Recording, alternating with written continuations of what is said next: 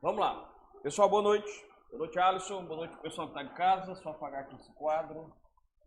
Anotações aqui do professor Moacir. Meus amigos, no tocante ao Estatuto da OAB, da nossa prova de ética, eu acho que a gente conseguiu fechar boa parte aí do que é mais importante no conteúdo, tá bom? Eu ainda vou comentar com vocês no grupo as 4 questões que ficaram faltando no slide, tá certo? A gente destacar. E vou fazer um direcionamento de revisão para o regulamento e o código de ética, tá bom? Alguns artigos para vocês fazerem uma leitura antes da prova, tá certo?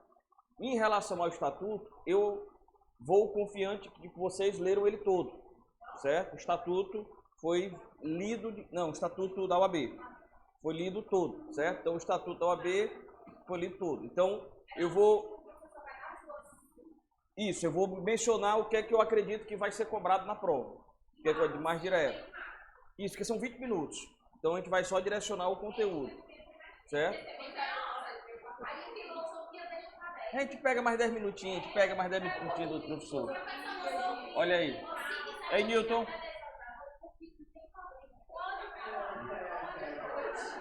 Olha aí. Então. Mas aí, pessoal, ó, veja só. De toda forma, amanhã eu vou inserir no grupo alguns artigos do Código de Ética e do regulamento para vocês direcionarem o estudo também. Pessoal, estude aqui, assim como vocês estudaram o artigo 7º, dei uma focada nesses artigos aqui, tá certo? Não, só alguns artigos, tipo assim, 15 artigos do Código de Ética e 15 artigos do regulamento, justamente, tá bom? Vamos agora ao Estatuto da Criança e Adolescente, garantir aqui nossas 2 questões. Como eu mencionei na aula passada, na nossa primeira aula de ECA, o que você precisa compreender do Estatuto, pessoal, para conseguir resolver qualquer questão, é o princípio do melhor interesse da criança e do adolescente, ou seja, a proteção integral. Boa noite, capitão. A proteção integral da criança e do adolescente. Entendendo o que é que significa a proteção integral, que ela reconhece a criança como sujeito de direito, a municipalização do atendimento, a importância, a prioridade da família, por isso que a Constituição e o Estatuto colocam que é dever da família, da sociedade, da comunidade, do Estado, colocando o Estado por último, justamente naquela perspectiva de que é preciso inverter a ordem que tinha nos códigos anteriores, em que o Estado, lá em 27, em 79, nos códigos anteriores, fazia uma intervenção muito forte no ambiente familiar. O Estatuto faz o inverso. E só a proteção integral agora, a prioridade é a família. A prioridade é que a criança ou adolescente seja mantido no ambiente familiar. Então a intervenção ela vai se dar em último caso. Por isso que, no tocante, por exemplo, essa questão da vacinação das crianças e adolescentes. A vacinação é obrigatória ou não é obrigatória? O pai que não vacinar vai perder a guarda. A guarda pode ser uma medida, a perda da guarda pode ser uma medida aplicada, mas não é a primeira, é a última medida. Por quê? Porque a prioridade é a manutenção da criança na família. Então vai se tentar primeiro conscientizar os pais da importância da vacinação, incluir em programas, agir através de advertência, é obrigatório. Em advertências e tudo, vai tudo nesse sentido primeiro. Para no final, em último caso, tentado tudo, aí perde-se a guarda. Por que isso, professor? Porque a prioridade é a manutenção da criança na família, não é retirar por qualquer razão, por qualquer motivo, certo? E isso está também confirmado no princípio, no direito, aliás, à convivência familiar e comunitária, tá certo? E aí, quando a gente fala do direito à convivência familiar e comunitária, lá no artigo 19 do Estatuto, ele diz justamente isso. É direito da criança e do adolescente ser criado e educado no seio de sua família e, excepcionalmente, em família substituta, assegurada a convivência familiar e comunitária em ambiente que garanta o seu desenvolvimento integral. E esse excepcionalmente, professor, em família substituta. Que família substituta é essa? É justamente isso daqui, pessoal. A colocação em guarda, tutela ou adoção. Que a gente até já iniciou um pouco sobre isso no encontro anterior, tá bom? Para colocar a criança em qualquer uma dessas circunstâncias aqui, na guarda de uma outra pessoa, na tutela de uma outra pessoa ou na adoção, se for adolescente, se tiver mais de 12 anos, obrigatoriamente será necessário o quê? O consentimento dele.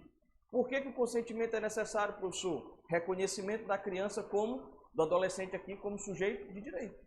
Se é algo que vai atingi-lo de forma direta, eu tenho que garantir de forma proporcional, de forma justa, a sua participação. Que ele possa dizer se quer ou não. E se for menos de 12, professor, aí eu tenho que, quando possível, escutar. E a sua opinião ser devidamente considerada. Ou seja, o juiz escuta, mas não é uma escuta só pro forma, não é uma coisa só para inglês ver. Lá na decisão dele, ele vai ter que dizer, embora a criança não queira, entendo que é melhor por conta disso. Então, mesmo que ele contrarie a vontade da criança, aquele com menos de 12, ele vai fundamentar isso na decisão, que é uma forma de reconhecer a importância e a capacidade como sujeito de direito. Tá bom? Então, vamos lá. Vamos começar a trabalhar aqui o que é cada um desses institutos, guarda, tutela e adoção, para a gente, quando terminar a adoção, ir para as medidas socioeducativas, o ato infracional, tá certo? Na guarda, pessoal, até fiz uma escadinha na aula passada, tá certo? Vocês devem lembrar, eu tenho aqui a guarda, a tutela e a adoção, certo? Por ordem mesmo de importância no quesito da segurança jurídica dos institutos. A guarda é o mais simples. Por quê? Porque o objetivo dela é a prestação da assistência material, moral e educacional à criança e ao adolescente. Precisa eu romper o poder familiar, suspender o poder familiar, fazer com que a família de origem perda o poder familiar? Não precisa. Pelo contrário, o guardião pode até, contra o detentor do poder familiar, pedir pensão alimentícia. Ele pode se opor ao detentor do poder familiar e pedir pensão alimentícia, certo? Não há nenhum óbice em relação a isso. A ideia da guarda é que ela seja um instituto provisório, tanto que ela é mencionada justamente, ela pode ser uma ação própria para pedir a guarda em virtude de determinado fator, mas também ela é muito utilizada geralmente nas ações de adoção, que se pede liminarmente a guarda da criança, principalmente nas adoções diretas, tá certo? Então, a ideia da guarda é apenas regularizar posse de fato, tá certo? Conferindo ao guardião a obrigação de prestar assistência material, assistência moral e educacional a esse pupilo, tá bom? É um instituto aí, portanto, mais simples, tá certo? Então, não vai conferir aí relações de família, relações de parentesco, direito sucessório, nada disso na situação da guarda é criado, tá certo? O que você pode gerar ainda é uma situação de dependência para fins previdenciários, tá certo? E, a guarda confere à criança e adolescente a condição de dependente para todos os fins e direitos, inclusive previdenciários, tá bom? Vamos lá. E a tutela, professor? A tutela já avança um pouquinho mais na segurança jurídica, por quê?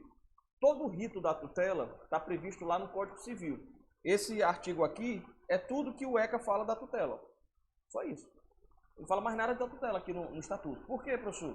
Porque a tutela é um instituto do Código Civil, em que, assim como a guarda, o juiz, por sentença, confere a guarda, confere a tutela agora, tá certo?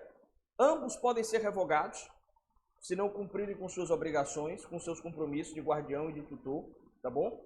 Só que, no caso da tutela, além das mesmas obrigações da guarda, obrigação de prestar assistência, obrigação de educação moral e educação formal, além disso, o tutor pode administrar financeiramente os bens da criança ou do adolescente. Ou seja, ele não é apenas uma regularização da posse.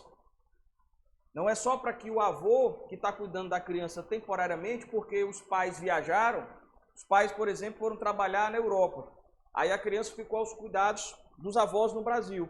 Os avós precisam regularizar essa posse. Porque senão eles não vão conseguir matricular a criança na escola.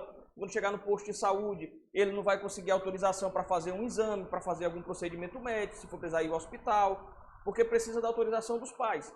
Então entra com ação de guarda para regularizar a posse. Pronto, certo? Na tutela eu vou além disso, certo? Embora a tutela não seja a adoção, eu também não crio vínculo sucessório, eu não crio vínculo de parentesco, mas para que a tutela seja concedida, eu tenho que, pelo menos, a família ter suspendido o poder familiar, certo? Então, já é algo que atinge o poder familiar, não precisa perder, mas é pelo menos obrigatório, que haja a suspensão do poder familiar para que a tutela seja concedida, tá certo? E aí, óbvio, no Código Civil tem todo um rito, um trâmite nesse sentido, das obrigações do tutor, de prestar contas, porque ele vai administrar financeiramente o patrimônio da criança, de só fazer as movimentações financeiras que sejam, obviamente, em benefício da criança, tá bom? Então, deferimento da tutela pressupõe a prévia decretação de perda ou suspensão do poder familiar, que implica o dever de guarda, foi o que a gente mencionou. Seguindo, vamos à adoção. Aí na adoção você já tem o instituto de forma segura. Por quê? De forma mais segura, por quê? Porque você tem aí o rompimento definitivo do poder familiar de origem. Ou seja, para que haja adoção, eu tenho que ter a decretação da perda do poder familiar. Por que, professor? Eu tenho que decretar a perda do poder familiar? Porque agora eu vou constituir um novo poder familiar. A criança ou adolescente adotado, ele vai se tornar parente, ele vai se tornar filho daquela família. E é filho, não é filho adotado, diferente do filho legítimo, não tem nenhuma diferença. Ele vai se tornar obrigatoriamente filho, constituindo um vínculo de parentesco com todo o restante da família, até o 4º grau normal, certo? Então, ele vai ter avós, tios, todo o restante da família vai se tornar parente da criança que foi adotada. Tá certo? Então, por isso há o rompimento do poder familiar. Agora, a adoção, professor, é algo que é prioritário? É algo que é buscado a todo vapor? Não. Por quê, professor? Princípio da proteção integral. Foi o que a gente viu no começo. Qual é a prioridade? Manutenção da criança na família. Então, se tenta primeiro, pessoal, todas as outras medidas para que só então, quando não é possível, a criança seja submetida à adoção. Ela entra no cadastro de adoção. Uma cidade aqui próxima, uma criança foi abandonada e antes já não se tinha notícia da família. A criança foi abandonada, todo mundo já tinha tentado encontrar a família, não tinha conseguido, mas quando isso chegou ao conhecimento do judiciário, o judiciário fez o quê? Lança um edital para que, se alguém conheça algum parente daquela criança ou tenha suspeita de alguma informação, possa se manifestar. Então ficou lá por 30 dias essa informação enquanto a criança estava na entidade, na instituição acolhedora. Como não surgiu ninguém, nenhum familiar se manifestou, nenhuma pessoa conhecia ninguém, nada, aí a criança passa a ser submetida ao cadastro de adoção para adoção. Ou seja, tenta-se primeiro restabelecer o vínculo familiar para depois, então, não sendo possível, colocar na situação de adoção. Tá certo? Por quê? Porque é um rompimento forte. Agora gera-se vínculo de parentesco, vínculo sucessório, tá bom? Por isso, medida excepcional. Por que é irrevogável, professor? Porque diferente da tutela e da guarda, o juiz não vai simplesmente dizer assim, revogo a adoção que o capitão fez da criança X. Ele não vai fazer isso. Se foi constituído poder familiar, o procedimento é o mesmo. Vai ter um processo para perder o poder familiar, igual à família de origem, do mesmo jeito. Certo? Se você, eu adotei e não quero mais a criança. Então, você vai perder o poder familiar. Não é a sentença de adoção que vai ser revogada. Você vai só perder o poder familiar, tá bom?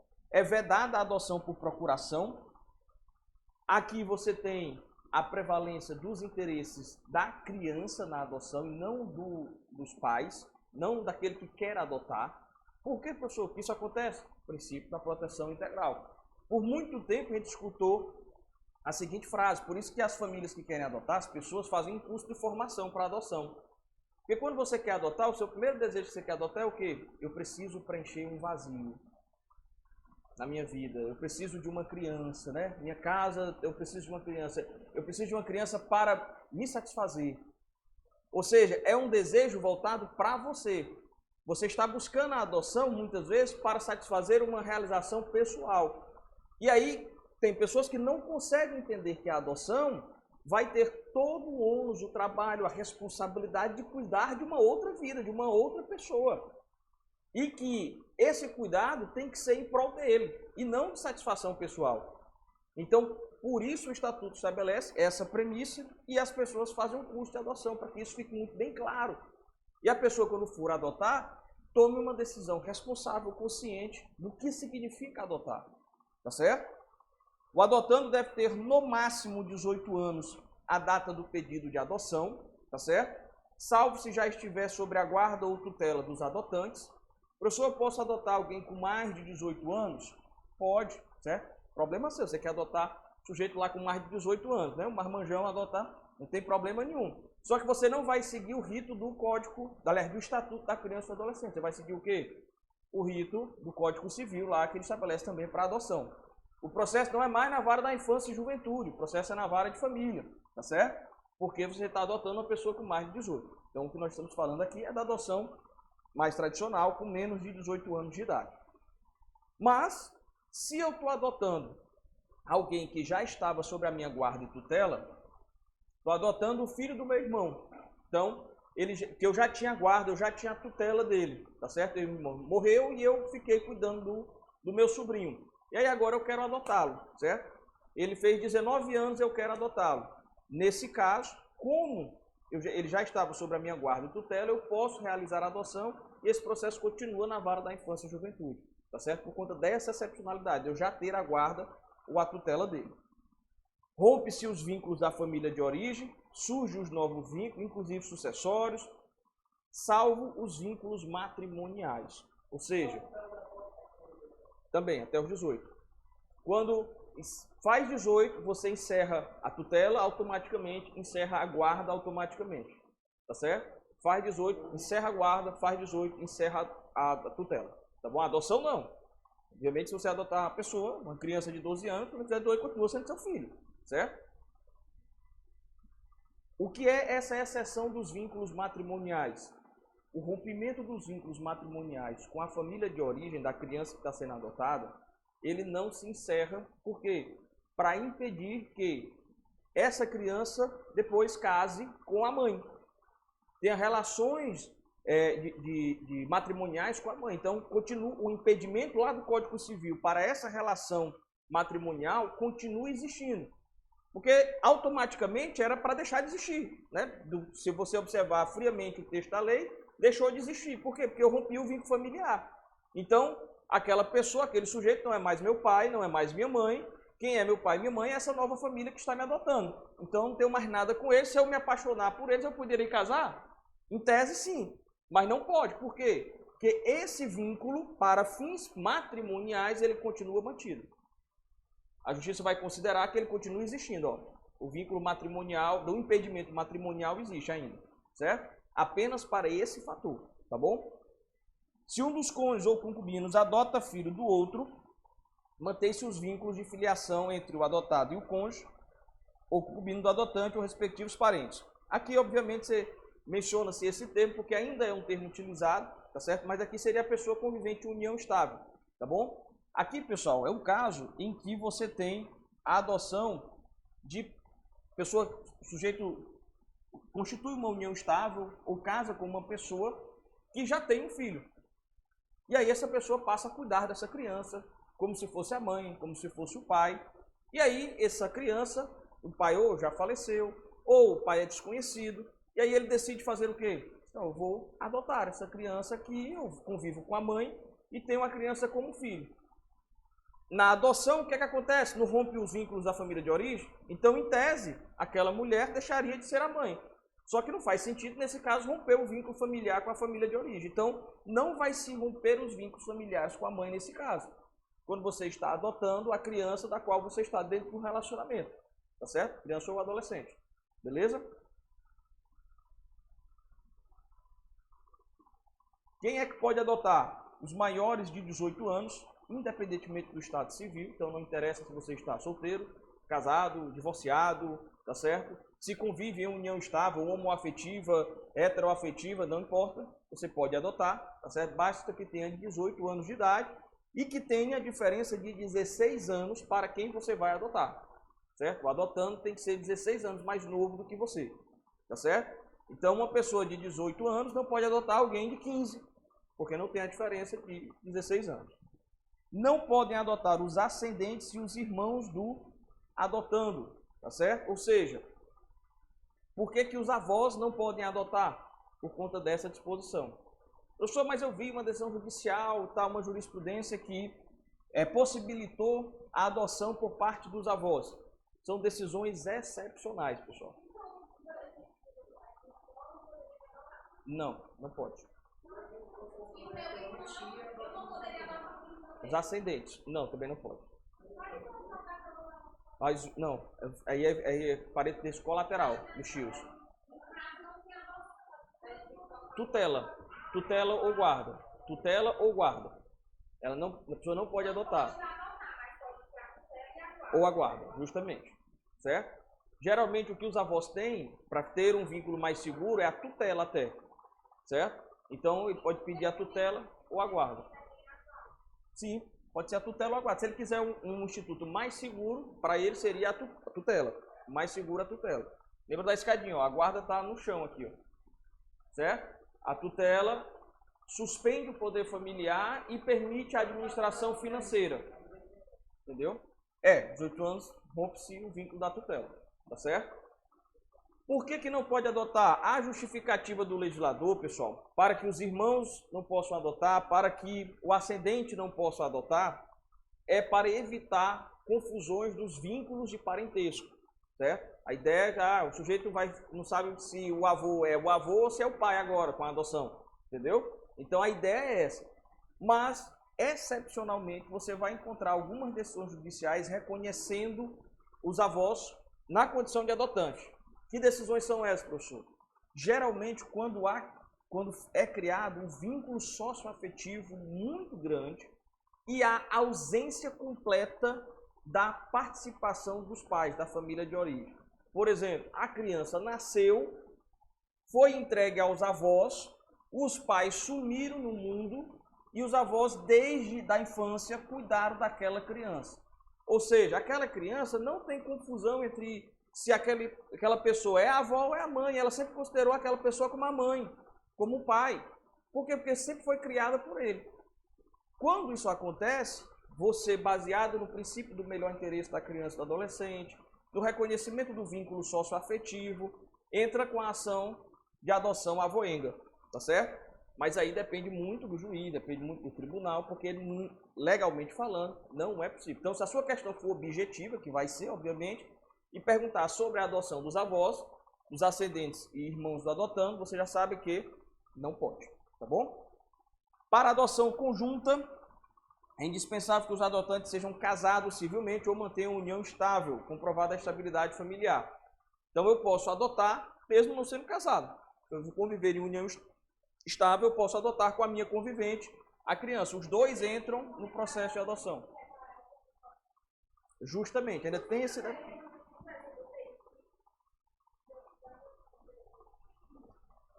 Aí o caso que a Lívia mencionou, dos divorciados. Professor, os divorciados podem, ou separados, né, judicialmente, se não tiver decretado efetivamente o divórcio, podem, ou ex-conviventes em união estável também, podem adotar? É possível.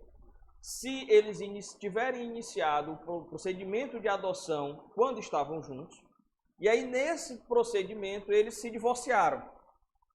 E aí se divorciaram e decidiram continuar no processo de adoção, fizeram acordo sobre a guarda e a pensão alimentícia da criança que vão adotar. Aí eu lhe digo, se eles conseguiram fazer tudo isso, eles voltam. Eles não se divorciam mais, entendeu? Porque isso é praticamente impossível, certo? Se eles conseguiram acordar tudo isso, então por que se separaram, né? Então não tem lógica esse artigo aqui, certo? Mas brincadeiras à parte, é possível, professor? Tá certo? Os divorciados judicialmente separados, esses companheiros podem adotar conjuntamente, contanto que acordem sobre a guarda, regime de visitas, estágio de convivência, desde que o estágio de convivência, aliás, tenha iniciado durante a constância da convivência ou do casamento, tá bom? A adoção poderá ser deferida ao adotante que, após inequívoca manifestação de vontade, vier a falecer no curso do procedimento antes de prolatar a sentença. A adoção pós-morte é possível? Foi iniciado o processo de adoção, já teve a audiência, eu já me manifestei ao juiz dizendo que quero adotar a criança, só que quando eu saí da sala de audiência, tive um ataque cardíaco e morri, fulminante. O juiz pode decretar a adoção? Pode, para garantir o melhor interesse da criança, do adolescente, herança, tudo isso, tá certo? Se houver essa manifestação inequívoca, tá bom? Enquanto não der conta da administração e saldar o seu alcance, não pode o tutor ou o curador adotar o pupilo ou o curatelado. O que é isso, professor? Veja só. Pessoal de casa, tá bom? Qualquer coisa, fique à vontade para perguntar, tá certo? O que é que acontece? Você como tutor tem lá o seu pupilo, certo? Você como tutor tem lá o seu pupilo e tem que prestar contas da administração financeira do patrimônio dele ao juiz. Você vai vender a casa? Não, eu estou vendendo para pagar a escola, para pagar um estudo. Então você tem que justificar porque está vendendo. E você não pode aferir renda a partir daquilo dali ou se beneficiar financeiramente. Aí o que é que esse artigo está tentando evitar? Que o tutor dê uma de gaiato. Que o tutor vai e diga assim, opa, peraí, para eu parar de prestar conta ao juiz da administração dos bens e eu administre ao meu bel prazer, do jeito que eu quiser, eu vou logo adotar a criança, que é meu pupilo, que eu já tenho aqui na minha situação de tutela ou curatela, né? Aí ele entra com o processo de adoção, só que ele só vai poder adotar se as contas, se a administração financeira estiver toda o quê? Kit. Tá certo? Se houver alguma pendência, ele não pode. Justamente para evitar que ele dê uma de esperto e tente se desviar aí das obrigações financeiras na condição de tutor. A adoção depende do consentimento dos pais ou do representante legal do adotando, quando são conhecidos, tá certo? Quando é possível identificá-los, intimá-los para os processos e tal. Geralmente nas adoções diretas isso acontece, tá bom? Até mencionei um exemplo na aula passada.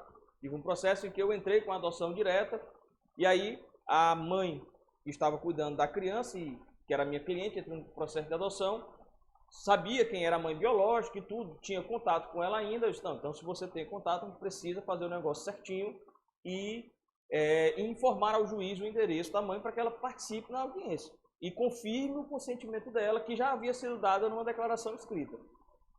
Aí ela foi intimada, aí a audiência, a mulher chorou e chorou e chorou, e foi comoção, e o advogado chora, e o outro chora, e todo mundo se emociona, porque a mulher quase que se arrepende de ter dado a criança. O juiz suspendeu a audiência, fez outra audiência, até que ela efetivamente confirmou que realmente não queria a criança. Aí pronto, o juiz decreta a adoção para a nova família, certo? Mas se ela dissesse, não, eu quero a criança de volta, como não havia transitado em julgado, a criança iria voltar.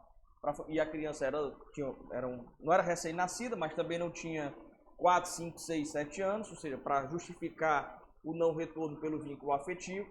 Bom, vamos lá. O consentimento será dispensado em relação à criança ou adolescente cujos pais sejam desconhecidos ou tenham sido destituídos do poder familiar, como a gente já mencionou. Tá bom?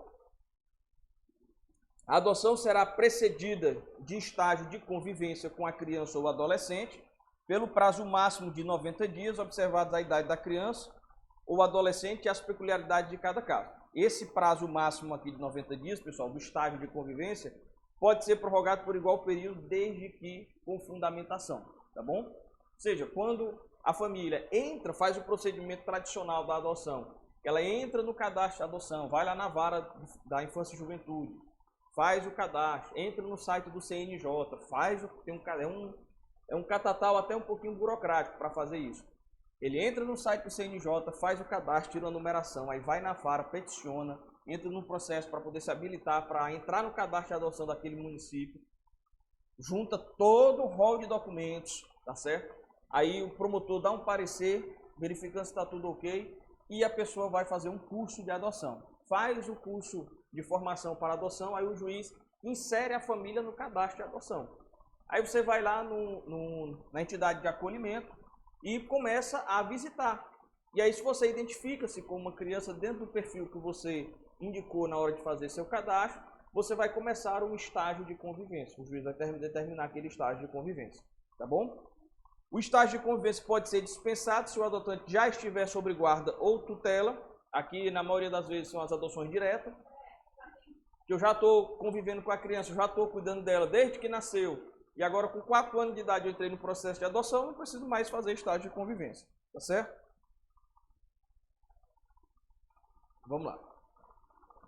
A simples guarda de fato não autoriza por si só a dispensa da realização do estágio de convivência, porque o juiz tem que verificar se realmente tem vínculo, né? Em caso de adoção por pessoa ou casal residente ou domiciliado fora do país, o estágio de convivência será de, no mínimo, 30 dias e, no máximo, 45 dias. prorrogar por igual período, uma única vez por decisão fundamentada. Adoção internacional, tá certo? Se for a situação de adoção internacional, ou seja, uma pessoa estrangeira,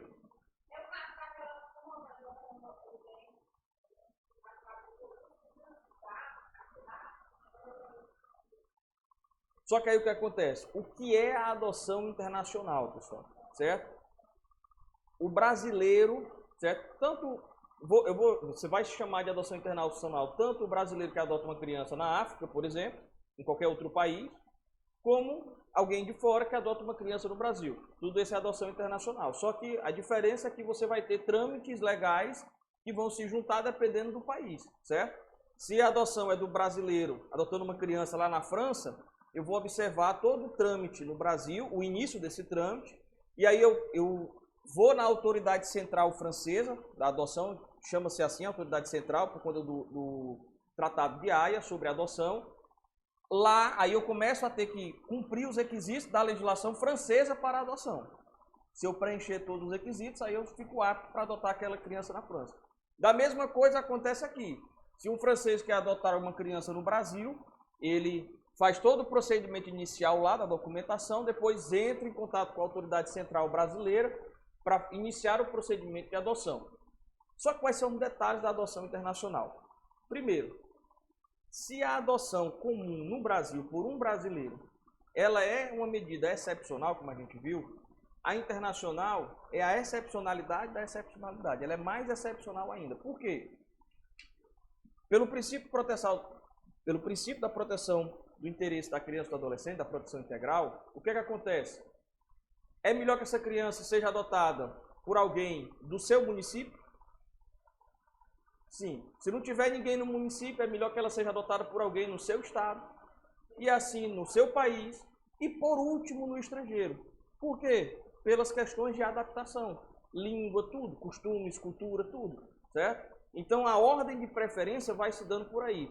A criança submetida à situação de adoção internacional é porque no Brasil ninguém quis adotá-la.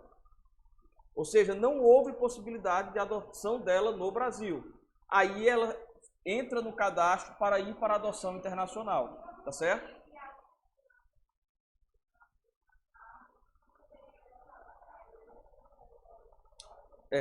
Aí inicia-se...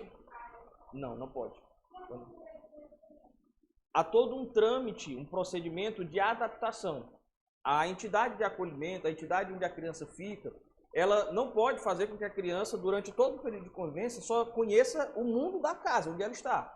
Ela tem que criar medidas, ações pedagógicas, de introdução à sociedade, até porque, mesmo a criança estando no acolhimento, ela tem direito à convivência comunitária. Então, existe uma série de programas nessas instituições para que haja interação social. E aí, quanto mais tempo ela vai ficando lá, maior essa interação vai ter que aumentar, porque vai ter um momento em que ela vai ter que sair de lá, aos 18 anos.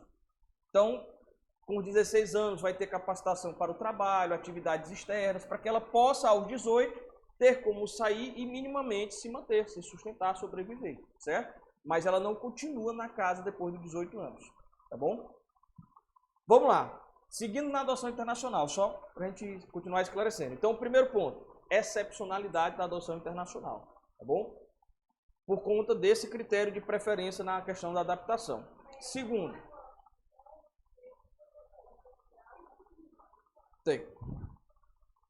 a prioridade é que a criança seja adotada por pessoas interessadas no seu município, seu estado, depois Brasil, vai para o exterior, certo? Para facilitar, por exemplo, crianças indígenas, quilombolas, a prioridade é que seja adotada por outros indígenas da sua própria comunidade para facilitar a adaptação. Não sendo possível, aí vai para outras comunidades para buscar a adoção, certo? E essa adoção é precedida também pelos órgãos de proteção, FUNAI e tal, tá bom?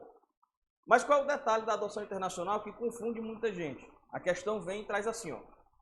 Mário Vitor, brasileiro residente na França, decide adotar uma criança no Brasil, vem ao Brasil de férias e decide adotar uma criança no Brasil.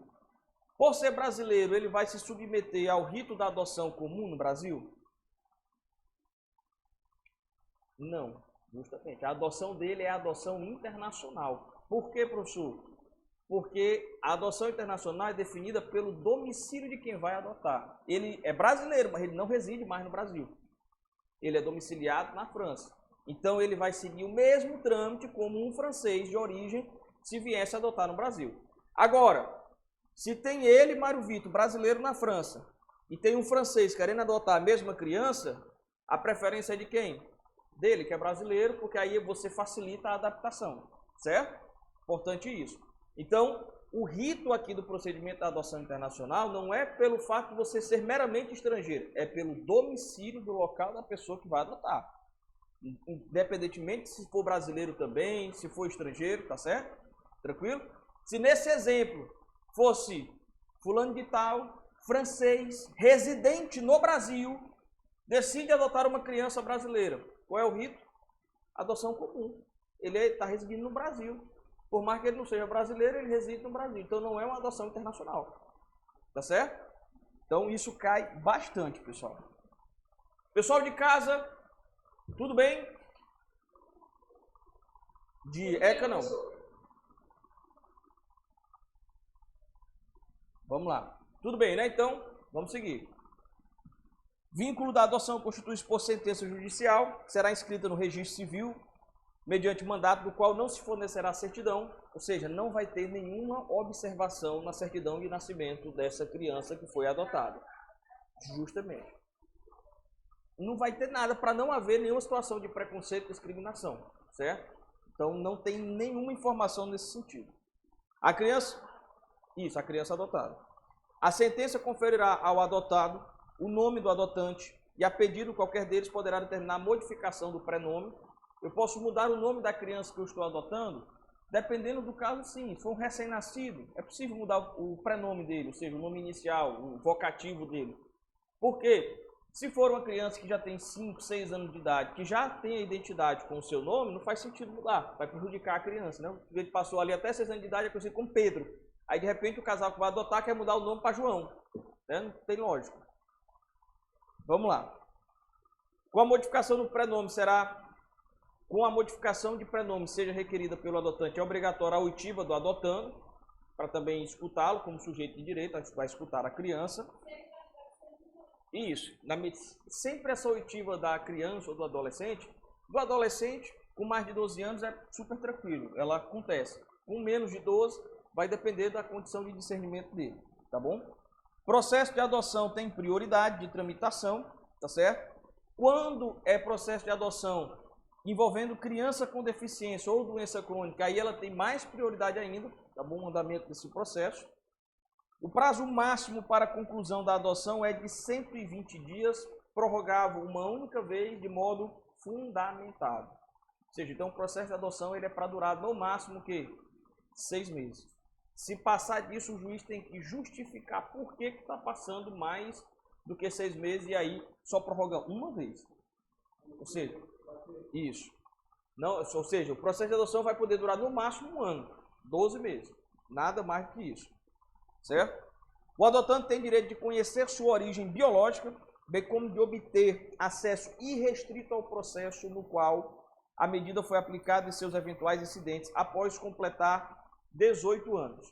Fez 18 anos, se eu quiser saber lá, pegar a cópia do meu processo de adoção, conhecer a minha família biológica, tudo eu posso, não tem problema nenhum. Não preciso mais de autorização de ninguém, eu posso fazer isso. Porque você conhecer a origem biológica, pessoal, é um direito fundamental, tá bom? E se eu tenho 15 anos, professor? Sempre a minha família manteve informado que eu sou adotado e tudo. Só que agora com 15 anos eu tenho curiosidade de conhecer a minha família biológica. Eu posso? Pode. Só que esse procedimento tem que ser agora acompanhado sob orientação jurídica e psicológica. O acesso ao processo de adoção também poderá ser deferido ao adotado menor de 18 anos, a seu pedido assegurada assistência jurídica e psicológica. Tá bom? Vamos lá. Deixa eu ver aqui. Para a gente passar aqui para observar outros aspectos, que é mais importante. Adoção internacional já falei. Pessoal, vamos fechar aqui a adoção. Os principais pontos já foram comentados. eu quero comentar com vocês sobre ato infracional e medida socioeducativa, tá bom? Também já está com um tempinho que esse assunto não é cobrado de maneira mais direta na prova, certo? Primeiro, quem é criança e quem é adolescente, vocês já sabem, certo? Pessoa até 12 anos incompleto, criança entre 12 e 18 anos de idade, adolescente. Fez 18, adulto, submete-se normalmente ao restante da legislação. Porém, eu posso excepcionalmente aplicar o ECA para pessoas entre 18 e 21 quando ele expressamente fizer previsão, que é o caso do ato infracional na situação em que se aplica a medida socioeducativa de internação, certo? Ela pode ser estendida até os 21 anos de idade, tá bom? E aí você já viu os direitos fundamentais, prioridade absoluta de receber proteção e socorro, precedência de atendimento, preferência na formulação de políticas públicas, destinação privilegiada dos recursos públicos para a criança. Método interpretativo do ECA, também já falamos sobre isso, tá certo? Que é o artigo 6º, finalidade social, exigências do bem comum, deveres e direitos individuais e coletivos, condição peculiar de desenvolvimento, tudo isso já falamos também, proteção integral, tá certo? Direito à vida e à saúde, também já falamos. Vou passar aqui, porque aqui é mais descritivo, tá certo? Direito à profissionalização e proteção ao trabalho. Professor, mas a criança ou adolescente tem direito à profissionalização e à proteção ao trabalho? Tem, porque você tem todo o regramento relacionado ao adolescente aprendiz a partir dos 14 anos de idade.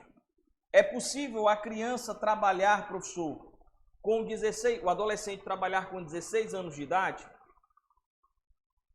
Ele pode trabalhar de carteira assinada a partir dos 16 anos de idade, desde que não seja um trabalho noturno, não seja perigoso, não seja insalubre, não seja penoso, não seja em locais prejudiciais à sua formação, desenvolvimento físico, moral, social, e não seja em horários e locais que não permitam a frequência à escola, certo?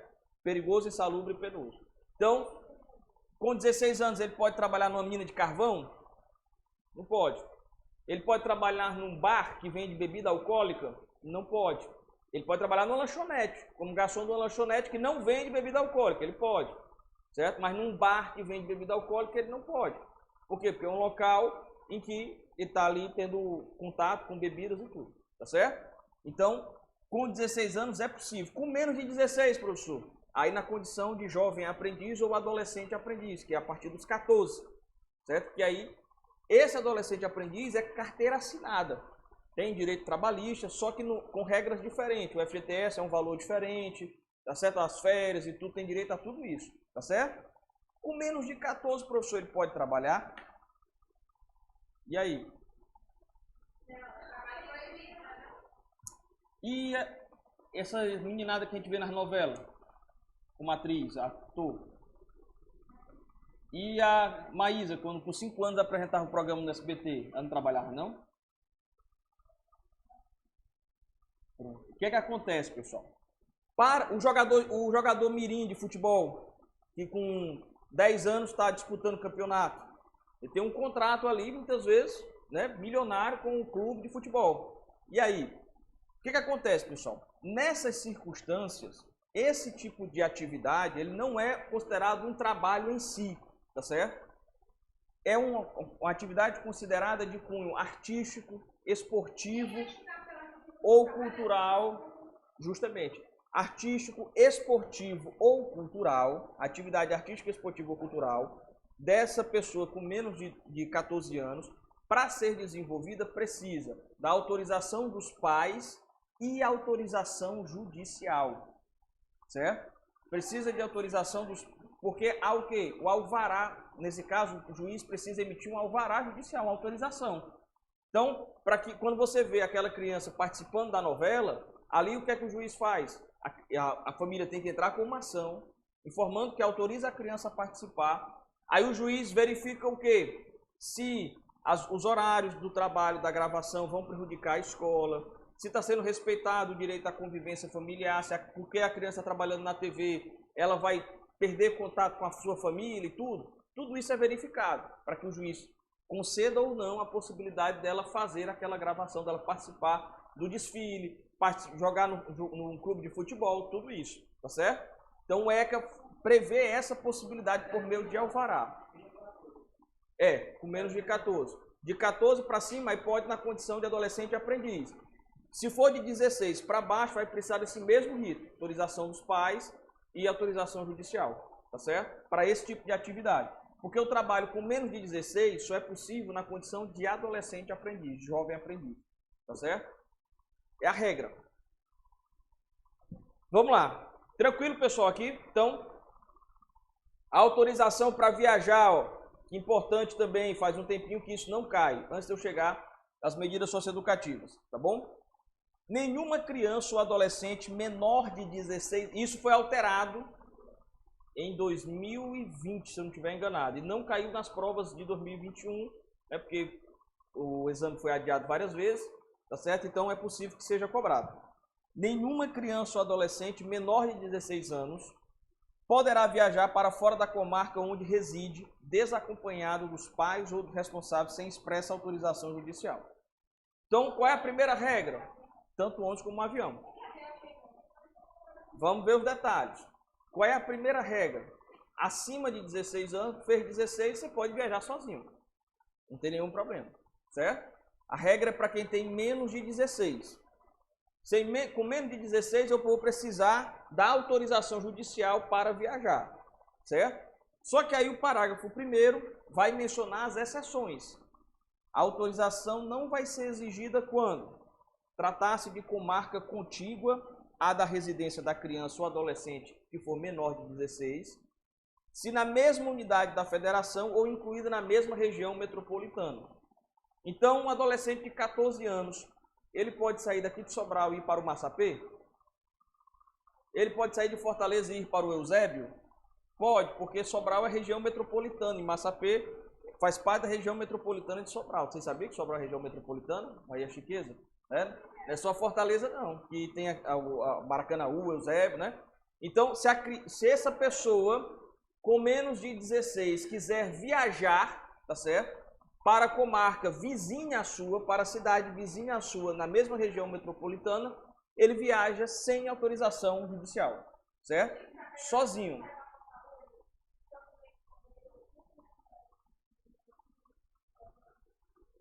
Mas aí, de Sobral para Fortaleza, já não vai enquadrar nessa regra, porque não é uma comarca contígua na mesma região metropolitana. Se tiver 16 não precisa, você viaja só. Você embarca totalmente só. Certo?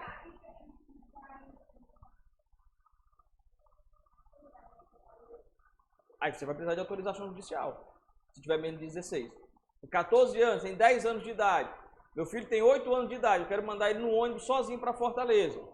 Aí eu tenho que ter autorização judicial.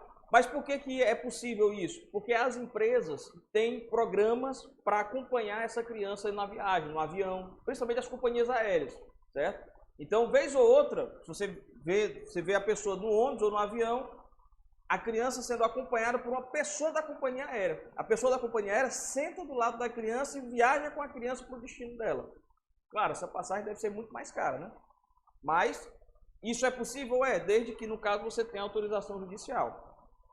Primeira exceção, comarca contígua, mesma região metropolitana. Beleza. E na mesma unidade da federação, né? Segunda exceção, se for criança ou adolescente menor de 16 e estiver acompanhado. Acompanhado de quem? Está sem os pais. Não tem autorização judicial, mas está acompanhado de outras pessoas. Aí vamos lá. De ascendente ou colateral até o 3º grau, comprovado documentalmente o parentesco. A criança está acompanhado lá do irmão, mais velho, está acompanhado dos avós, que é fácil comprovar o parentesco na identidade, na certidão de nascimento. Então, não precisa de autorização judicial, não precisa de autorização dos pais. Essa criança consegue viajar sozinha com os avós, certo? Alguns parentes vai ser mais difícil você comprovar o parentesco. A criança vai viajar com o tio, com a tia. Como é que comprova o parentesco? Tem que pegar a certidão de nascimento de um, de outro, para fazer toda a ligação aqui da árvore genealógica. É inviável isso. Isso acontece muito com os avós. Aí você vai para a segunda exceção, que é acompanhado de pessoa maior, expressamente autorizado pelo pai, mãe ou responsável. Então, eu vou lá, autorizo que fulano de tal viaje com o meu filho para outra cidade, de Sobral para Fortaleza. Faça a autorização. Precisa firma reconhecida, precisa autenticação. O estatuto não faz nenhuma previsão disso, certo? O reconhecimento de firma só vai ser exigido para a autorização de viagem internacional, para viajar, certo? Então, aqui nesse momento eu preciso apenas autorizar, tá certo? Muitas famílias vão na vara da infância e juventude e pegam um modelozinho lá de autorização, mas isso é uma autorização comum. Eu, fulano de tal dos Anzóis, autorizo meu filho, fulano de tal dos Anzóis, identidade tal, tal, tal, CPF tal, tal, tal, a viajar com fulano de tal de Sobral para Fortaleza. Bom, certo? É possível? É, desde que esse acompanhante seja maior, tá bom? A autoridade judiciária poderá, a pedido dos pais ou responsável, conceder autorização válida por 2 anos. O que é isso? Com menos de 16, com 13 anos de idade, o meu filho mora em Fortaleza, estuda lá. E aí ele sempre fica indo e vindo, Fortaleza, Sobral, Fortaleza, Sobral. Para eu não ficar toda a vida autorizando alguém a viajar com ele, os avós viajando, eu posso entrar com uma ação judicial, pedir ao juiz que emita uma autorização de viagem para ele por 2 anos. E aí toda vida que ele quiser viajar sozinho, ele vai lá na empresa de ônibus, apresenta a autorização, a empresa de ônibus tem o procedimento dela, para o acompanhante ir com ele, vai. Certo? É possível? É. Tá bom? Viagem internacional. Quando se tratar de viagem ao exterior, a autorização é dispensável se a criança estiver acompanhada de ambos os pais ou responsável. Veja, no Brasil, a criança pode viajar só com a mãe ou só com o pai. Certo? Mas se vai para o exterior, eu não posso sair do Brasil com meu filho sozinho. Eu só posso sair se eu tiver eu e a mãe, certo? Ambos os pais ou ambos os responsáveis, tá certo? Não pode sair sem um ou sem o outro. A hipótese de eu sair sozinho é a segunda. Viajar na companhia de um dos pais, certo? Autorizado expressamente pelo outro com um documento com firma reconhecida. Então, para eu viajar ao exterior sozinho com meu filho, eu preciso que a mãe autorize. Com firma reconhecida, certo? Para que eu possa viajar sozinho. Fora isso, fora essa hipótese, eu vou precisar de quê? Autorização judicial, certo? Para eu não usar a autorização judicial, essas são as 2 exceções aqui para a viagem ao exterior. Justamente. Ou dos pais, né?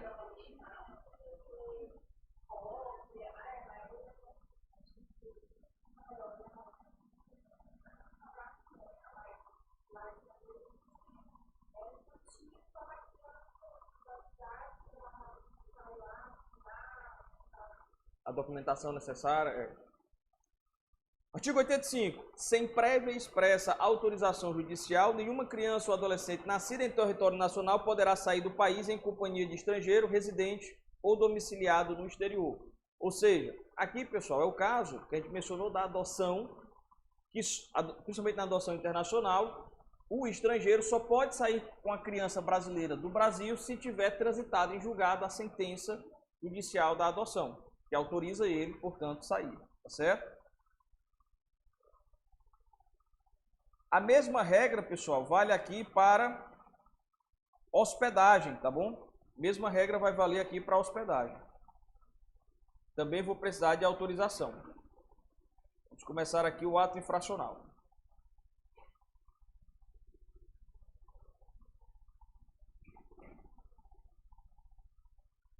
Meus amigos, tranquilo até aqui? Sei que vocês estão cansados, são 9 horas. Muitos estão aqui desde 8, né? Quase que tomaram café da manhã aqui no Universo Juris, mas faz parte. Tá chegando, tá bem pertinho hoje, quinta-feira.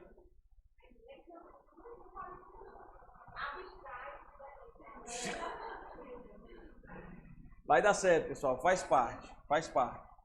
Vamos com fé, vamos com fé. Vamos com fé. E vocês estão preparados, tá certo? O que é o ato infracional? Pessoal de casa, se tiver dúvida, fiquem à vontade, tá bom? O que é o ato infracional, pessoal? Toda conduta descrita como crime ou contravenção penal. Toda conduta que é descrita como crime ou contravenção penal, praticada por criança ou adolescente, eu vou chamar de ato infracional, tecnicamente falando. Tá certo? Perfeito. Quem é que pode ser o autor do ato infracional? Tanto a criança como o adolescente. O que vai mudar aqui, pessoal, ó, fiquem atentos, o que vai mudar aqui são as consequências que serão aplicadas para essa criança ou adolescente que praticar o ato infracional. Se for uma criança que praticar o ato infracional, não importa qual seja a gravidade do ato, eu não vou aplicar medidas socioeducativas. Ou seja, não haverá advertência, reparação do dano, liberdade assistida, prestação de serviço à comunidade, semi-liberdade ou internação. O que é que terá? Vamos para a prova. Como é que está no estatuto para você colocar na prova? O que é que vai ser aplicado? Medida de proteção. O que é a medida de proteção, professor?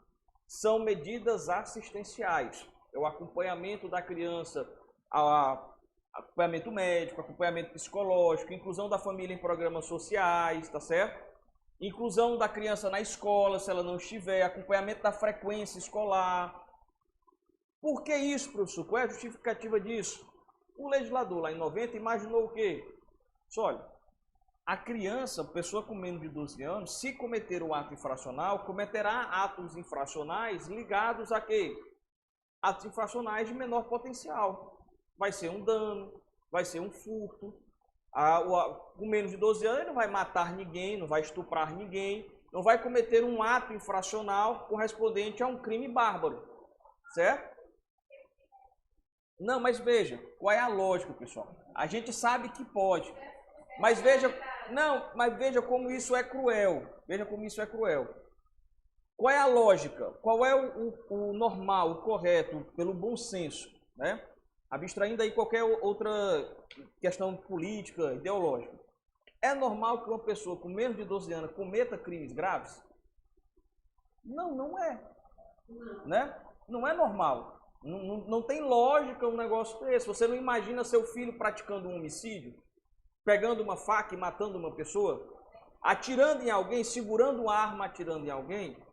Embora a gente saiba que isso pode ser a realidade de algumas crianças, segurarem uma arma com 10 anos de idade, por exemplo, numa favela, mas você não imagina que isso não é normal. Então, o que o legislador fez lá em 90 foi justamente isso. Olha, isso, se acontecer, será uma excepcionalidade. Quando acontece, a gente toma conhecimento, a gente fica o quê? Chocado. Então, essa é a justificativa para que, naquela época, o legislador não inserisse medidas socioeducativas ou algo mais grave como consequência. Ele colocou, olha, só vai aplicar medidas de proteção porque ele vai praticar delitos graves, delitos simples, aliás, delitos simples. Então, o ato infracional vai ser de menor importância, não tem necessidade de iniciar-se um processo criminal, um processo judicial, aliás, em relação a isso. Essa foi a justificativa, só para você entender por quê, tá bom? Pra você compreender por quê. Então, o que é bárbaro, assim, o que a gente fica chocado é a gente hoje dizer, professor, mas pode praticar. A gente sabe que pode. E o que é bárbaro, só fazendo uma janelinha aqui, pessoal, é a gente já normalizar isso. Não é normal. Sabe? Não é normal que uma criança de 12 anos a gente entenda que ele pode praticar um crime grave. Não é normal. E a gente já normalizou isso. A gente já assimilou isso como uma coisa natural. Ah, ele pode praticar, então taca o pau. Né? Pois é. Então, assim, a que nível nós chegamos de sociedade? Onde a gente já considerou natural isso, entre aspas, né? Mas, vamos lá. O que é que vai acontecer nessa medida de proteção? Como é essa medida de proteção? Aqui, ó. Processo administrativo junto ao Conselho Tutelar, certo? Quem vai iniciar esse procedimento para aplicação das medidas de proteção é o Conselho Tutelar. Eu só vou ter um processo judicial para aplicar uma medida de proteção quando for necessário aplicar a colocação em família substituta. Colocar em família substituta também é uma medida de proteção. De repente, essa criança que praticou o ato infracional não tem o acompanhamento familiar, é necessário destituir o poder familiar. Aí esse processo administrativo não pode ser feito no Conselho Tutelar, porque o Conselho Tutelar não tem competência para destituir o poder familiar. Então tem que se iniciar, o Conselho Tutelar comunica ao Ministério Público, para que o Ministério Público inicie um processo judicial para a perda do poder familiar da família e a colocação em guarda ou tutela de outra pessoa, de outro ente familiar, por exemplo. Tá certo? Então, não há aqui, na medida de proteção, apuração da prática do ato infracional. Certo? Não é um procedimento que vai se... vamos condenar a criança em virtude do ato infracional. Não há esse procedimento. Tá certo? Não importa, legalmente falando, qual foi o delito cometido. Se for adolescente, de 12 até os 18, aí sim eu posso aplicar medida socioeducativa e também medida de proteção. Depois que vocês passarem na prova da OAB, assistam, no Netflix tem esse documentário aqui, Juízo. Certo? Isso. Mas fez 12, já é adolescente. Fez 18, já não aplica mais. Certo? Isso. Justamente. Por isso que eu coloquei aqui, até 11 anos. Porque são os 12 anos incompletos. E aí 12 a 17. Justamente. Certo? Assista esse documentário aqui depois, quando vocês estiverem com um pouquinho mais de tempo. É um documentário que vai relatar justamente isso. E tem um caso em que um adolescente matou o próprio pai. E aí, na justiça, quando ele é escutado, ele vai explicar por que ele matou o próprio pai. Ele disse que toda vida que chegava em casa, via o pai batendo na mãe. E aí, um dia que ele chegou em casa e o pai estava agredindo a mãe, embriagado, ele não aguentou aquela situação e partiu para cima do pai e esfaqueou o pai.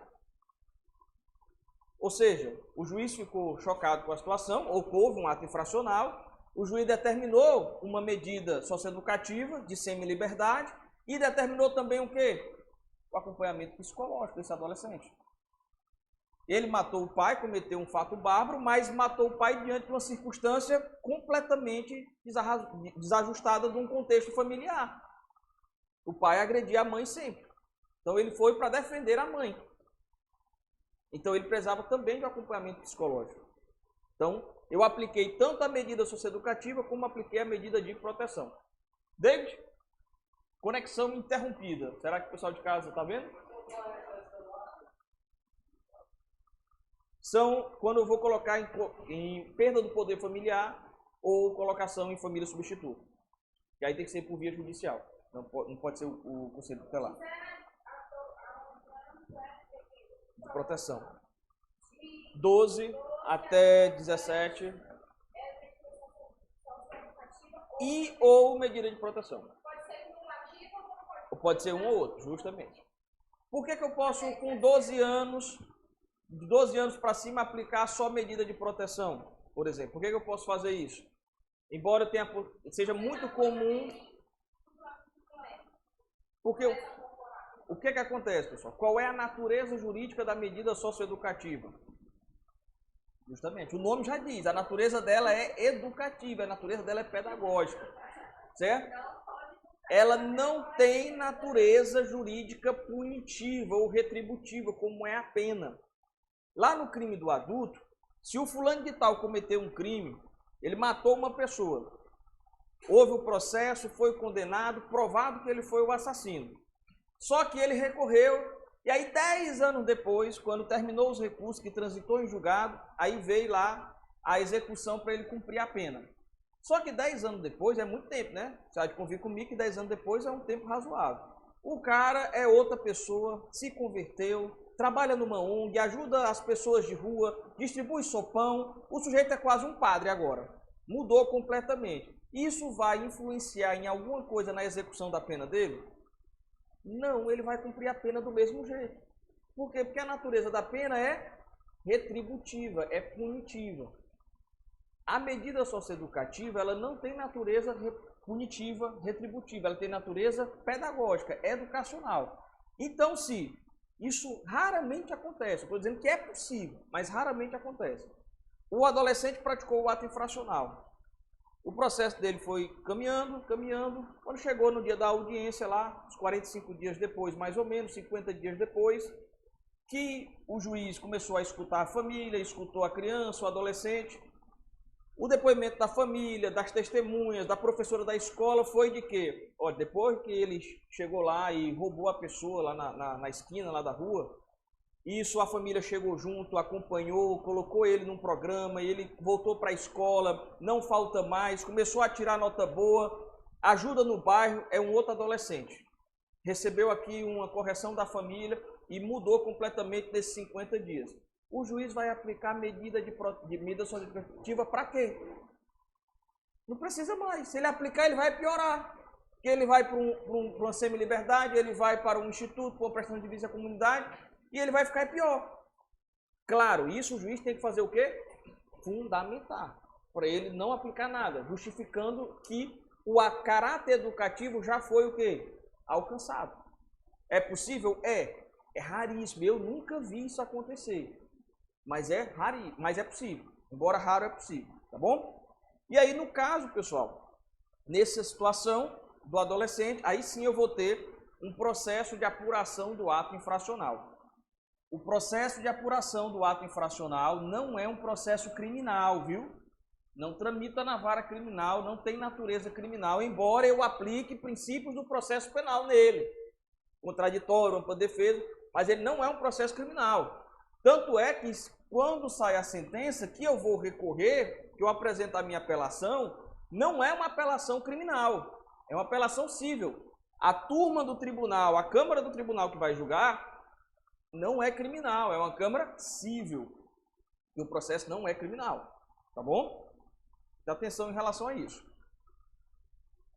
Garantias, direitos e garantias individuais, como eu acabei de mencionar, aplica-se subsidiariamente os princípios do processo penal, beleza. Apuração do ato infracional, procedimento civil. O adolescente poderá ser privado da sua liberdade em duas situações: flagrante do ato infracional e ordem judicial fundamentada. Tá certo? Justamente, é um procedimento civil, pessoal, não é criminal. Tá certo? O recurso vai para uma Câmara civil, não vai para uma Câmara criminal. Tá bom? Justamente porque a medida que vai ser aplicada não tem natureza penal, não tem natureza punitiva, tá bom? Da mesma forma que o adulto só pode ser preso no tocante à situação do flagrante e ordem judicial, o adolescente só pode ser apreendido também mediante flagrante do ato infracional ou ordem judicial escrita. E aqui você vai ter que ver que ainda tem outra situação de contexto. Depende do ato e tem outras situações que vão determinar a liberação imediata desse adolescente depois da realização do procedimento na delegacia, tá certo? Que a regra é que haja liberação imediata. Você só vai ter a apreensão provisória desse adolescente diante de determinadas circunstâncias. Ato infracional de natureza grave, com lesão corporal grave, violência e tudo, para manter a segurança do próprio adolescente, que se ele sair na rua ele vai ser linchado. Então, diante de circunstâncias excepcionais é que eu mantenho ele, mesmo depois do flagrante do ato infracional apreendido. E a regra é a liberação imediata, tá certo? Apreensão do adolescente. Ele tem direito à identificação dos agentes responsáveis, ser informado dos seus direitos, comunicação da apreensão e do local para a autoridade judiciária, família ou pessoa indicada pelo adolescente. Muito semelhante ao processo penal, certo? Comunicação imediata sob pena de crime, pessoal. O artigo 231 do ECA estabelece isso. Deixar a autoridade policial responsável pela apreensão da criança ou adolescente de fazer imediata comunicação à autoridade judiciária competente e à família do apreendido ou à pessoa por ele indicada. Então, o adolescente foi apreendido, a autoridade judiciária tem que ser comunicada imediatamente, embora a gente saiba que o procedimento na prática não funciona com essa rapidez toda, certo? Mas o correto é essa comunicação imediata, certo? Aí vamos lá, verificação da possibilidade de liberação imediata do adolescente. O adolescente foi pego no flagrante do ato infracional, praticando um furto, um roubo, tá certo? A determinação é para verificar a liberação imediata dele. Então, a apreensão vai observar o quê? Se é ser flagrante ou mediante ordem judicial, examinada a possibilidade de liberação imediata, pela gravidade do ato infracional e sua repercussão social, a garantia da segurança do adolescente ou manutenção da ordem pública. Nesse caso aqui, pessoal, é que a autoridade judiciária será possível fazer a apreensão do adolescente e a sua não liberação imediata, tá certo? Se a justiça entender que ele deve ficar apreendido, além daquele momento ali do procedimento da delegacia, aí ela vai determinar o quê? O que a gente chama de internação provisória, certo? É como se fosse a prisão preventiva do adulto. Só que essa internação provisória só pode durar no máximo o quê? 45 dias. E aí o processo tem isso como prazo também agora, tá certo? O processo tem que correr nos 45 dias também, tá certo? Então, se a justiça entender pela necessidade da internação provisória, que é uma decisão judicial, a internação provisória não é uma decisão da autoridade policial, certo? É uma decisão judicial. A autoridade policial aqui não vai ter essa competência para internar provisoriamente o adolescente. Ele mantém o adolescente apreendido diante dessas circunstâncias aqui, repercussão social, garantir a integridade física do adolescente, enquanto há comunicação para a autoridade judiciária, que deve ser imediata. Geralmente acontece em 24 horas.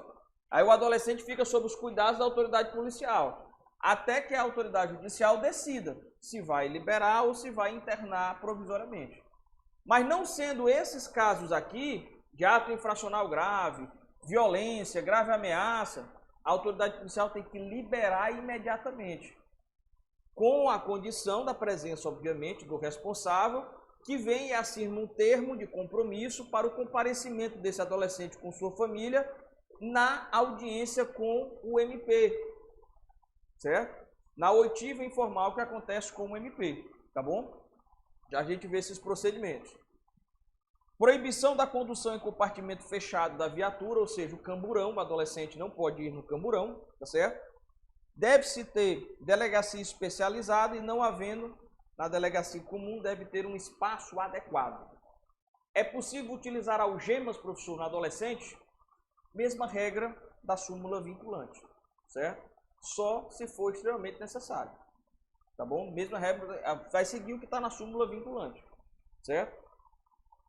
Vamos lá. Internação provisória, já mencionei, decisão judicial fundamentada, baseada em indícios de autoria e materialidade, necessidade imperiosa da sua aplicação e o prazo máximo de 45 dias. As garantias processuais, aqui é bem tranquilo, pessoal, porque é praticamente o que vocês já veem no processo penal. Tem que ter defesa técnica por advogado, se não tiver vai ter defensor dativo, defensor público, tá certo?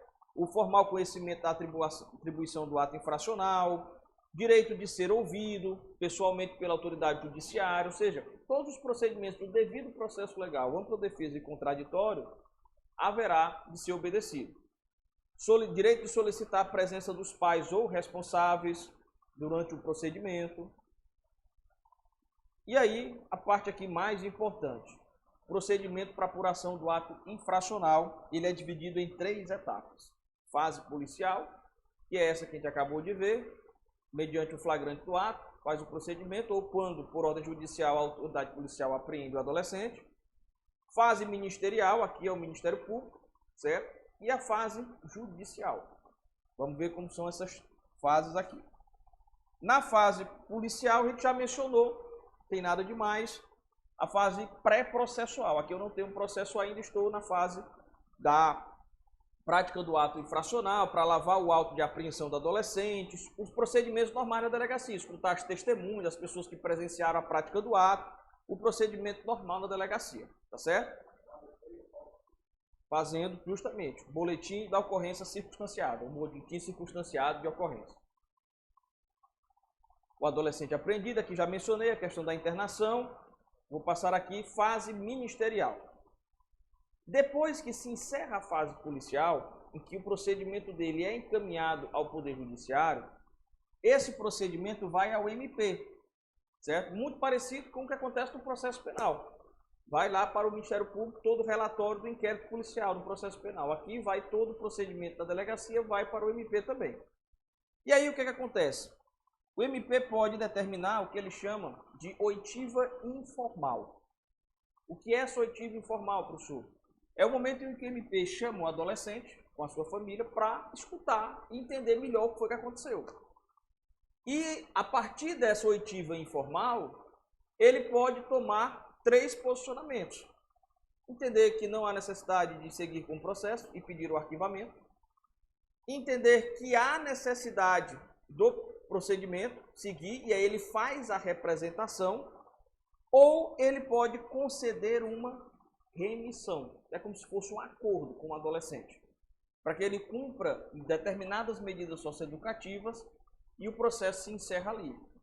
Só que nessa remissão, ele só não pode colocar no acordo a semi-liberdade e a internação. Certo? Ele não pode fazer por remissão que o adolescente fique internado ou na semi-liberdade. Ele pode propor a remissão para que o adolescente repare o dano, para que ele receba a advertência, São só as medidas que a gente chama em meio aberto. Obrigação de reparar o dano, a advertência, a PSC, prestação de serviço à comunidade, e a LA, liberdade assistida. As em meio fechado, que é a semi-liberdade e a internação, ele não pode propor na remissão, no acordo. Tá bom? Vamos lá. Professor, voltando aqui um pouquinho na fase ministerial. Na fase ministerial, é obrigatória a presença do advogado? Nessa oitiva aqui? Não, pessoal. Não é obrigatório. Já tem súmula nesse sentido, tá certo? Por quê? Porque do encerramento dela não haverá punição. Não vai ter um julgamento aí ainda, tá certo? Então não há ainda necessidade de haver a presença obrigatória do advogado. Se for, tudo bem, ele vai participar, mas não é obrigatório. Outro detalhe, essa fase ministerial aqui é prescindível, não é obrigatória que ela aconteça. Se quando receber todo o procedimento da delegacia, o MP entender que já merece a representação, que já tem fundamento suficiente para isso, ele não precisa chamar a criança e a família para ser, o adolescente e a família para ser escutada. Ele não precisa fazer a oitiva informal, tá certo? Então, se na sua prova perguntar se a oitiva informal do MP é um procedimento obrigatório, uma fase obrigatória, não é, tá bom? Tranquilo? Vamos para a fase judicial. Na fase judicial, o MP entendeu que era obrigatório, que era caso de representação, e aí ele faz uma petição parecida com a denúncia, certo? Que não é uma denúncia, é uma representação, tá bom? Onde ele narra o fato, indica as informações, quem praticou, tudo direitinho. E diferente da denúncia, que o promotor pede a condenação pelo crime X, na representação, o correto é que o promotor não peça uma aplicação específica de medida, mas a aplicação adequada de medida socioeducativa. O juiz vai entender qual é a que é adequada. Por quê? Porque a natureza é pedagógica, certo? Fase judicial, feita a representação, tá certo? E aí, pessoal, o MP decidiu pelo arquivamento. É um pedido de arquivamento, vai para o juiz homologar. Se o juiz não homologar, segue todo aquele tramitezinho do processo também criminal. Aí volta, aí o PGE nomeia um outro promotor para saber se concorda ou não e tal, e vai, certo? Mesmo procedimento. Então, fez o arquivamento, pediu o arquivamento, vai para o juiz para ele homologar. Pediu a remissão, vai para o juiz homologar, tá certo? E aí, representou, inicia a fase judicial. Temos uma primeira audiência. Nessa primeira audiência, quem é que vai ser escutado primeiro? O adolescente. Professor, mas aí está violando contraditório e ampla defesa. Porque no processo penal, em 2001 quebrados, isso foi invertido. Acontecia assim também no processo penal, certo? Primeiro quem era escutado era o acusado. Só que aí não houve a reforma, e aí o acusado ficou por último, para quê? Para garantir a contraditória e ampla defesa. Vamos lá, ó. Isso aqui não mudou. A reforma do processo penal não alterou esse procedimento. A galera questionou isso aqui, pediu para mudar. Foi até o STJ, pediram para mudar. Ó, tá ferindo contraditório para defesa. Foi o que o STJ disse? Não muda. Por quê? Porque o procedimento é de uma lei específica. Se é para mudar, tem que o legislador alterar o estatuto para inverter a ordem, igual no processo penal. Então, a alteração do processo penal não mudou a ordem aqui da fase judicial da apuração do ato infracional. Então, na primeira audiência, o juiz escuta a criança, o adolescente, aliás, escuta a família, tá certo? E aí, depois dessa audiência, tem-se a defesa técnica, tá certo? Na audiência, o juiz pode oferecer novamente remissão, o MP pode propor também a remissão. Se não for aceita, em 3 dias faz-se a defesa prévia. Depois tem a audiência em continuação. Na audiência seguinte, nessa segunda audiência chamada de audiência em continuação, é que você vai escutar testemunhas, a vítima, para poder fazer efetivamente a instrução do processo, tá certo? E aí depois da audiência você faz as alegações finais, em 20, prorrogado por mais 10 minutos para fazer as alegações finais e o juiz decide, tá bom? Eu me lembro de uma vez numa audiência aqui dessa, terminou a audiência em continuação, escutou as testemunhas, escutou a vítima, aí o juiz, doutor, você vai fazer as alegações finais? Vou. Aí, pois então, eu vou chamar o técnico aqui para digitar enquanto você fala aí as suas alegações. Aí ele se levantou e foi para o gabinete. Aí ele não escutou minhas alegações, né? Aí eu perguntei ao servidor, eu disse, o juiz vai voltar? Ele disse, não, ele foi fazer a sentença. Poxa, mas eu nem fiz as alegações ainda, né? Aí foi que eu fiz, eu disse, me dê licença aqui. Aí eu levantei e fui no gabinete dele. Doutor, é só para você escutar aqui o que é que eu vou argumentar lá nas alegações finais. Aí eu rapidamente, resumidamente, argumentei, porque, pessoal, os procedimentos não podem ser só para inglês ver, não. Não faz sentido, não pode ser igual aquela sessão do STF, em que fica lá o advogado 15 minutos falando e o ministro dormindo. Não tem lógica aquilo, entendeu? É coisa para inglês ver, não tem lógica. Você desprestigia completamente o trabalho da defesa, do advogado. Por isso que eu me levantei e fui lá falar com o juiz. Aí eu, resumidamente, expliquei o que eram as alegações finais e voltei. Aí agora pode digitar. O que eu falei para o juiz foi isso, isso, isso, isso. De alguma forma, pelo menos para que ele escutasse. Se influenciou ou não, não sei, mas ele escutou, né? Depois você pode apresentar o recurso, tá certo? Fechado a apuração do processo, vamos às medidas socioeducativas, tá bom? Para a gente ir fechando o nosso conteúdo.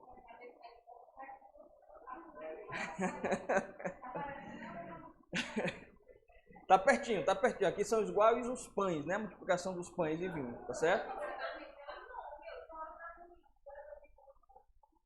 Vai dar certo, vai dar certo. 5 minutos? 5 minutos. Vamos lá, vamos só terminar o ato infracional, vai valer a pena. Eu pensei que a gente ia até 9h45, cara. Vamos lá, os atos infracionais. A medida socioeducativa, aliás, vamos lá. Pra gente fechar. Primeira delas, a advertência mais simples, carão. O menino pega um carão na audiência, a demonstração verbal. Só para ato infracional simples, sem grave ameaça, sem repercussão, certo? Segundo, pessoal, vamos lá, ó. Aí nós vamos fechar. Obrigação de reparar o dano. Geralmente ato infracional com reflexo patrimonial. Ele quebrou o portão do vizinho, crime de dano. Então ele é obrigado a fazer o quê? Restaurar, indenizar. Então ele vai lá e paga o valor referente a isso.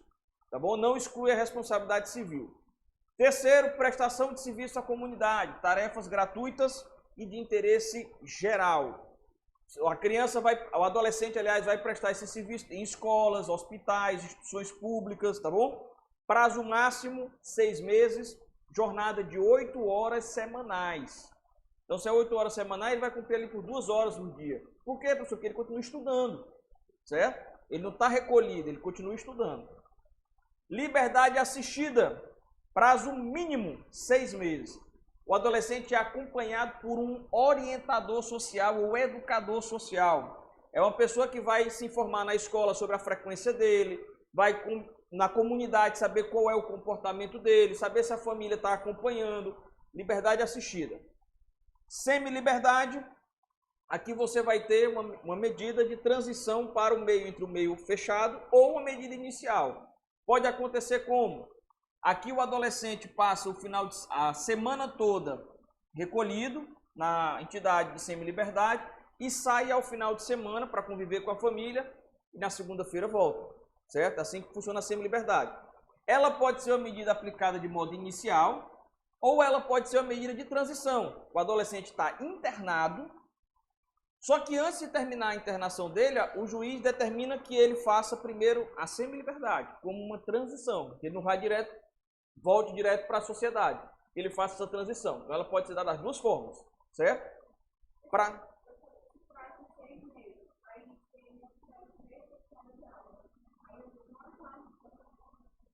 Não, aí o que acontece? Pois é, o que acontece? Você tem na liberdade assistida, você tem um prazo mínimo de 6 meses. O juiz vai receber relatórios. Se ele descumprir a medida, o juiz pode aplicar novamente a mesma medida. E aí, no caso de reincidência de 3 medidas anteriores aplicadas, é que você vai ter a possibilidade de aplicar uma internação. Por quê? A internação, e vai já chegar nela, é uma medida excepcionalíssima. Então, ela só pode, em último caso, justamente. Na semi-liberdade, o prazo dela, 3 anos também, assim como acontece com a internação, certo? E qual é o detalhe da internação e da semi-liberdade? Ela tem um prazo máximo, pessoal, de 3 anos. Só que o juiz não fixa igual à pena do crime. O adolescente vai cumprir 1 ano de internação. O adolescente vai cumprir internação. De 6 em 6 meses, o juiz recebe um relatório da entidade dizendo um parecer sobre a condição daquela criança. O juiz decide se renova por mais 6 meses a internação ou se já libera ele. Ou se manda ele para a transição, para o semi-aberto. Para o semi-aberto não, para a semi-liberdade. Tá certo? Então o juiz pode decidir isso. E aí eu só vou poder aplicar a internação se eu observar esses princípios aqui, ó. Brevidade, excepcionalidade, condição peculiar de desenvolvimento. Ou seja, a internação é último caso, é excepcionalidade. Tá certo? Em caso de desinternação, o MP tem que ser escutado. Tá bom? Quando é que eu vou aplicar a medida de internação? Ato infracional cometido com grave ameaça ou violência, então eu não posso aplicar a internação por furto. Certo? Reiteração no cometimento de outras infrações graves. Ele já reincidiu várias vezes nesse sentido, aí eu posso aplicar a internação. Descumprimento reiterado e injustificável, é esse caso, Jair, ó, da medida anteriormente imposta, certo? Não precisa ser nem 3 vezes, na verdade. Basta ele se descumprir reiteradamente. Na segunda vez já dá, certo? Isso. Basta, na prática, geralmente é que se usa esse número, essa quantidade, tudo, mas nem precisa, certo? Eu vou descumprir reiterado e injustificável, já posso aplicar. Geralmente, para se garantir uma decisão mais fundamentada, é que se observa 3, 4 vezes aí. O prazo para internação, nesse caso do inciso 3, de reiterado, de descumprimento reiterado, para poder aplicar a internação, ela não pode ser superior a 3 meses. Então, o adolescente foi condenado à prestação de serviço à comunidade, uma vez. Aí ele descumpriu. Aí o juiz determinou de novo uma prestação de serviço. Aí ele descumpriu. Aí o juiz determinou uma LA, ele descumpriu. Não, você já está reiteradamente descumprindo outras medidas que eu apliquei. Eu vou aplicar agora uma internação. Essa internação será de 3 anos até? Não, será só de 3 meses.